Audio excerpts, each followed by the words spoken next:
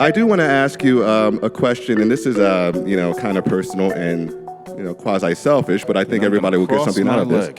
Okay. I didn't get into academia for this. I didn't get into it to, push back on people who see one monolithic way of being black, whether they are black or white. I'm a rhetorician. I wanted to focus on the confluence of rhetorical theory and Buddhist philosophy. I'm into that. I love it. And then I got mobbed on social media, and now I'm this guy. And I'm happy to do it. As you know, I'm motivated to do it. But a part of me laments the fact that I've put that behind me for most, of what I'm doing here. You guys are public intellectuals, but you got into this for linguistics and your love of words, economics. Do you feel like this is taking away from your original mission in academia? And if it is that a bad thing? Is it worth it? Ooh. Yeah. I got into this for the same reason you did. I was this Montessori Quaker school kid who wanted to study stuff. And I didn't want to study myself. I didn't want to study how my grandmother talks. I wanted to study stuff out there about languages. And I found in the mid-90s that when I would express certain views, and Lord forbid it would be anywhere near the media, but if you were a black professor in Oakland in the 90s, the media were going to get to you at one point or another. I found that I attracted this vitriol from a certain crowd. I now know that those were the proto-wokesters. And they were things that I thought were perfectly innocent about language, about whether or not black English is necessary in inner city school curriculums to teach black kids how to read, or things about Creole languages that are very inside baseball, but frankly, I'm correct and everybody knows, but you're not supposed to say certain things. And so, yeah, I got sidetracked, and those things did make me, I didn't feel personally hurt, but I thought there's no way that this can be the orthodoxy. I must fight against this. And here it is 25 years later, and I must admit that over the past couple years, it has gotten to the point, I hate to admit it, it's gotten to the point that I'm doing more of the media stuff than the academic stuff. I haven't had a new academic idea in 2 years, and I never thought that I would reach this point. How do I feel about it? On the one hand, the media stuff is more important than all of these little inside baseball things, but on the other hand, the inside baseball stuff is what makes me feel really good. The media stuff is a duty. It's a slog. You're making people mad. You have to produce something every 3 days if you're doing my Times gig, for example. Whereas the academic stuff, there's such a satisfaction in finishing an academic paper that no one's gonna read. So yeah, it's an issue I'm dealing with in my 50s. Am I ever going to go back to doing the work that no one reads that's very satisfying? Yeah, it's hard. You're going to have more of this, because the truth is you keep getting pulled into this, and it is important, but it does end up taking up time that you used to spend dealing with finer grained and often more rigorous work. Yeah, you feel like you're, fine, I'm almost done. I sometimes feel like I'm not working as hard as I should. I do a lot, but I'm not thinking about those tiny little things. But then again, who cared when I was? It's a tough one. Right. Glenn? Yeah, it is a tough one. You have to understand, I've been around for a long time.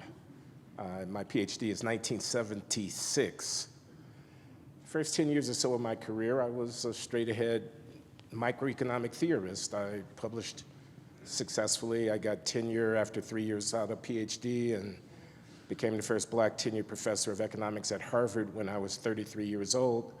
And it was a very technical and specialized kind of intellectual work.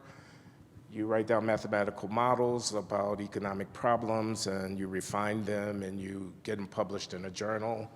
Hopefully some people will cite them, and so on.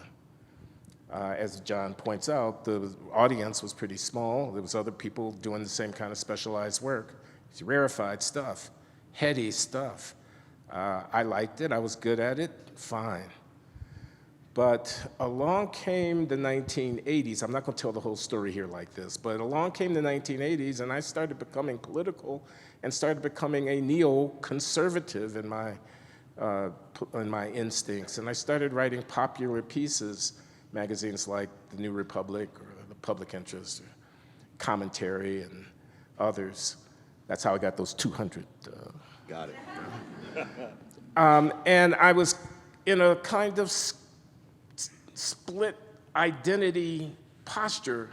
On the one hand, there is the journalism, the public intellectual addressing a general audience about a question of pressing significance for the country.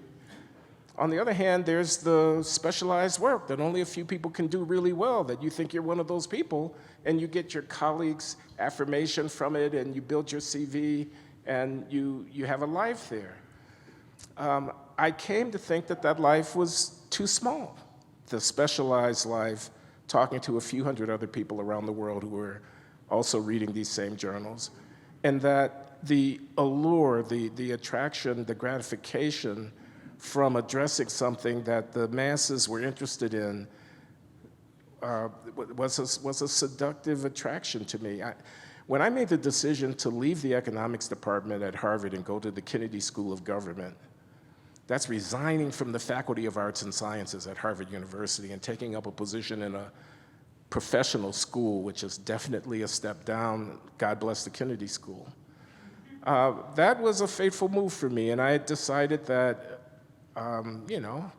the theoretical stuff that I was doing, as interesting to me intellectually as it wasn't the first order importance in my professional life as it had been, and I moved on. I became a public intellectual. Now, I didn't stop writing technical articles. Indeed, I had a bit of a renaissance in the 90s when I published a flurry of papers that are still being cited on various economic theoretic issues. But I was forever a different kind of academic after moving to the Kennedy School and beginning to write for those magazines. I haven't regretted this, but I'll say this. As a public intellectual addressing myself to broad questions of interest, having the foundation of mastery over the technique within my discipline has been a real boon. And even though there is no necessary direct straight line from, I wrote that paper in the American Economic Review, I wrote this op-ed in the New York Times, the intellectual discipline, the erudition, the mastery of craft, the seriousness of mind. So this is what I'd ask of the Ibram X. Kendis of the world and the others who pop up. He's just one guy. There are dozens of them who want to spout off about these matters to a popular acclaim. Where's the beef? Where's the foundation? Where's the intellectual mastery? I think I've got it.